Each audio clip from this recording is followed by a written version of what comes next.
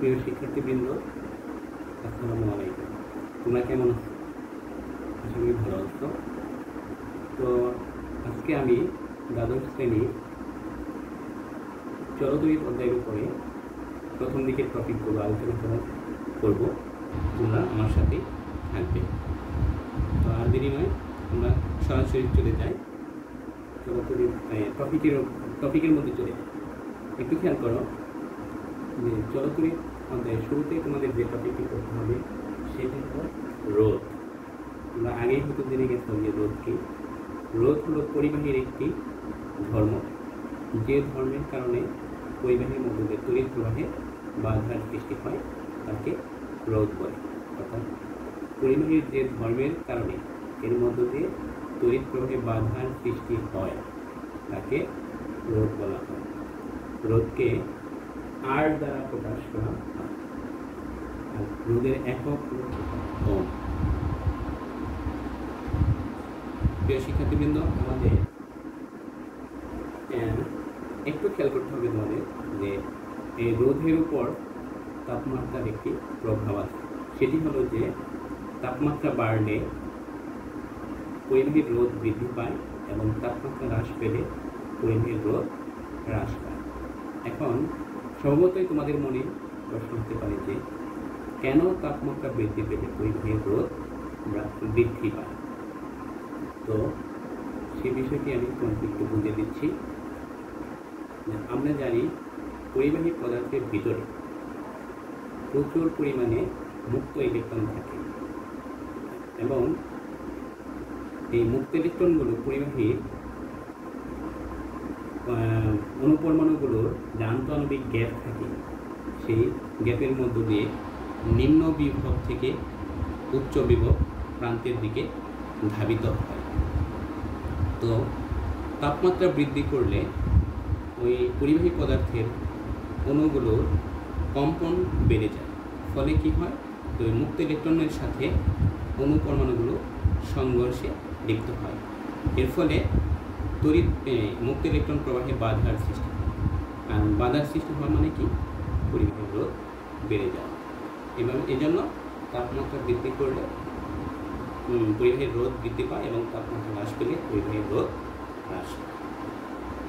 আমাদের পরবর্তী টপিক হলো যে রোধের উষ্ণতা সহগ বা রোধের উষ্ণতা গুণাঙ্ক।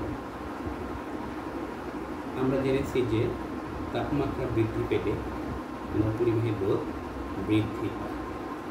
তো এখন এমন একটি পরিবাহী আছে যার রোধ হলো 1 ওহম এবং শুরুতে এর টেম্পারেচার কত, 0 ডিগ্রি সেন্টিগ্রেড। তাহলে এরকম একটি পরিবাহীর তাপমাত্রা 1 ডিগ্রি সেন্টিগ্রেড বৃদ্ধি করলে ওই পরিবাহীর রোধ বৃদ্ধি পাবে। তাহলে যে পরিমাণ রোধ বৃদ্ধি পাবে তাকে ওই পরিবাহীর উপাদানে রোধের উষ্ণতা সহগ বা উষ্ণতা গুণাঙ্ক হবে। আমি রিভিউ করছি তোমাদের জন্য যে 0 ডিগ্রি সেন্টিগ্রেড তাপমাত্রা 1 ওহম রোধে কোনো পরিবাহীর তাপমাত্রা 1 ডিগ্রি সি বৃদ্ধি করলে এর রোধের যে বৃদ্ধি ঘটে তাকে ওই পরিবাহীর উপাদানের রোধের উষ্ণতা সহগ বা উষ্ণতা গুণাঙ্ক বলা হয়। একে আলফা দ্বারা প্রকাশ করা হয়। রোধের উষ্ণতা সহগ alpha equal R theta minus R naught divided R naught theta.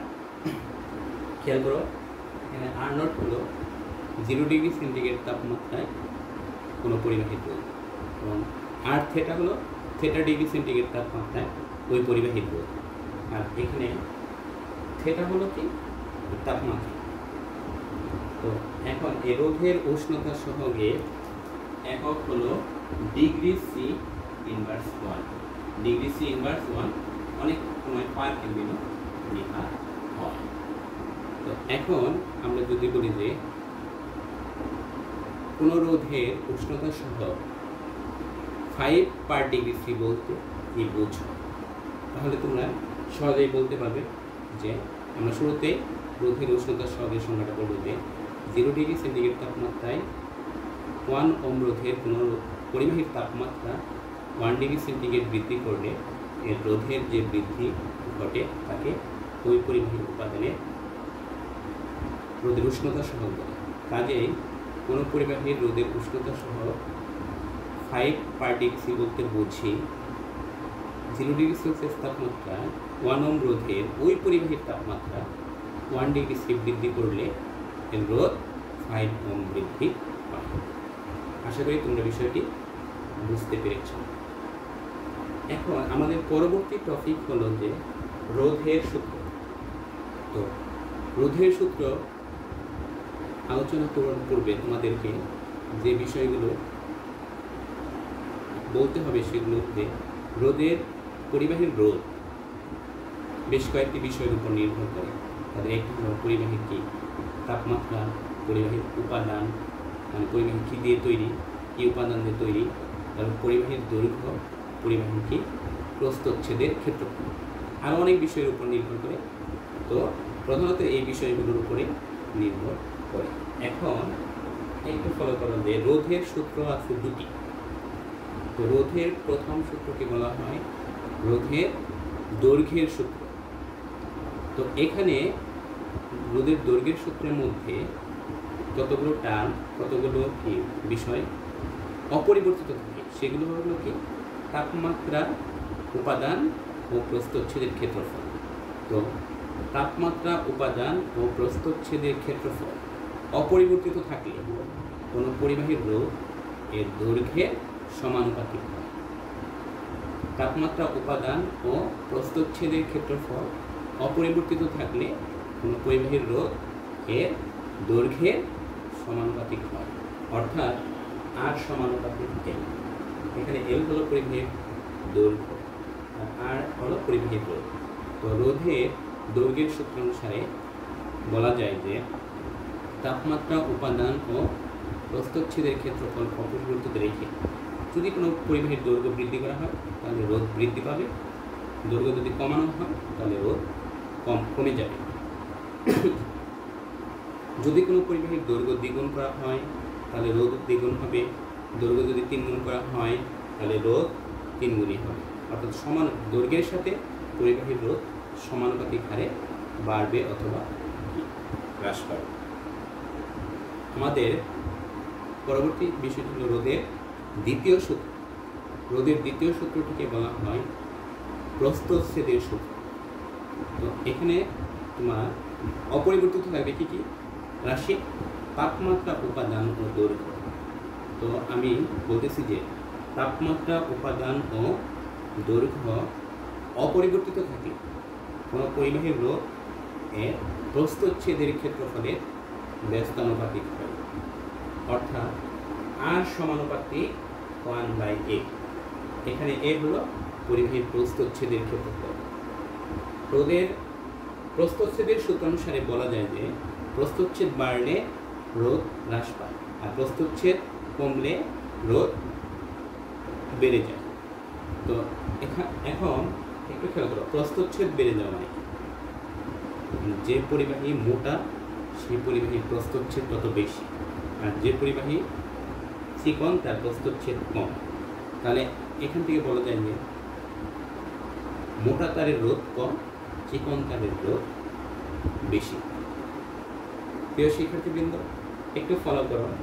সমীকরণ 1 এবং সমীকরণ 2 থেকে আমরা লিখতে পারি আর সমানুপাতিক L/A, আর ইকুয়াল রো L/A। এখানে রো হলো একটি ধ্রুবক, একে পরিবাহীর উপাদানের আপেক্ষিক রোধ বা রোধকত্ব বলা হয়।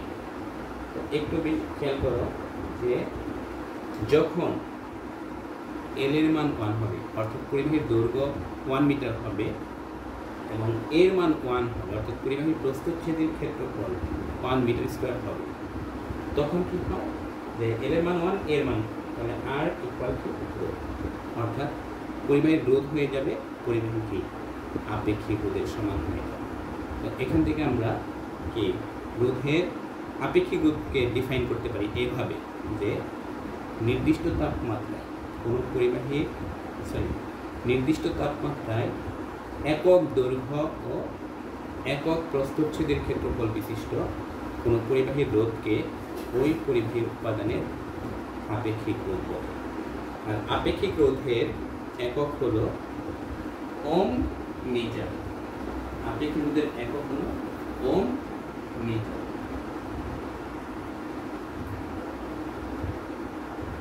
প্রিয় শিক্ষার্থীবৃন্দ, আমরা রোধের সূত্র সম্পর্কে আলোচনা করলাম। আমাদের পরবর্তী টপিক হলো যে তার পূর্বে এরকম প্রশ্ন পরীক্ষাতে প্রায় আসে যে আমি যদি বলি যে রূপার আপেক্ষিক রোধ বা নাইক্রোমের আপেক্ষিক রোধ, নাইক্রোম একটি পদার্থ, নাইক্রোমের আপেক্ষিক রোধ 100 ওম মিটার বলতে 100 ওম মিটার বলতে কি বোঝো? তো আমরা এর অ্যান্সারে কি বলবো যে 1 মিটার দৈর্ঘ্য এবং 1 মিটার প্রস্থচ্ছেদের ক্ষেত্রফল বিশিষ্ট একটি রূপার তারের রোধ কত হয়? 100 ওম। 1 মিটার দৈর্ঘ্য এবং 1 মিটার স্কয়ার প্রস্থচ্ছেদের ক্ষেত্রফল বিশিষ্ট কোনো একটি রূপার কোনো একটি নাইক্রোমের তারের উপাদানের রোধ হয় কত? 100 ওম। প্রিয় শিক্ষার্থীবৃন্দ, আমাদের পরবর্তী টপিক হলো রোধের সমবায়। রোধের সমবায়। তো রোধের সমবায় বলতে কি বোঝায়? যে রোধের সমবায় হলো কোনো বর্তনীতে একাধিক রোধকে একসাথে ব্যবহার করাকে রোধের সমবায় বা সন্নিবেশ বলা হয়। কোনো বর্তনীতে একাধিক রোধকে একত্রে ব্যবহার করাকে রোধের সমবায় বা সন্নিবেশ বলা হয়। রোধের সমবায় বা সন্নিবেশ দুই প্রকার। এটি বলা হয় কি শ্রেণী বা সিরিজ কম্বিনেশন, শ্রেণী সমবায় বা সিরিজ কম্বিনেশন। আর আরেকটি বলা হয় কি সমান্তরাল সমবায় বা প্যারালাল কম্বিনেশন। রোধের শ্রেণী সমবায় একটু খেয়াল করো, রোধের শ্রেণী সমবায় বলতে কি বলছো? শ্রেণী সমবায়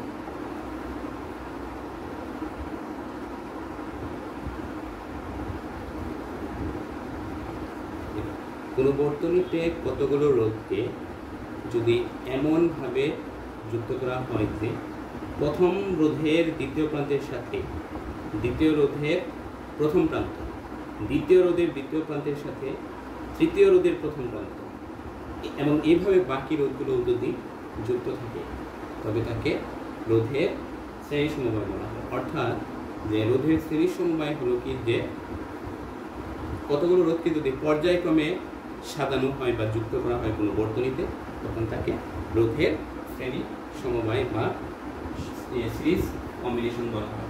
যেমন আমরা যদি রোধের শ্রেণী সমবায় দেখাই, দেখো একটু কি করো, এখানে এটি প্রথম রোধ R2 R3 তড়িৎ কোষ বা তড়িৎ কোষ একটু ফলো করো। আমরা যদি এখানে একটু যে এ বললাম, বি বললাম,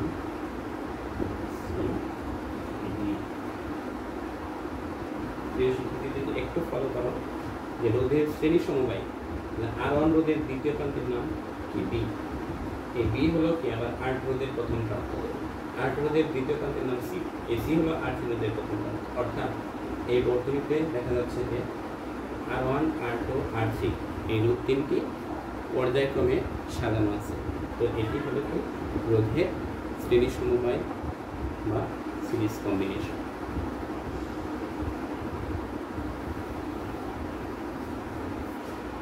রোধের সমান্তরাল সমবায়, রোধের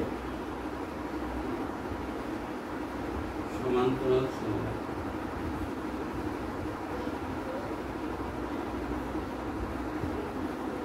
একটু ফলো করো যে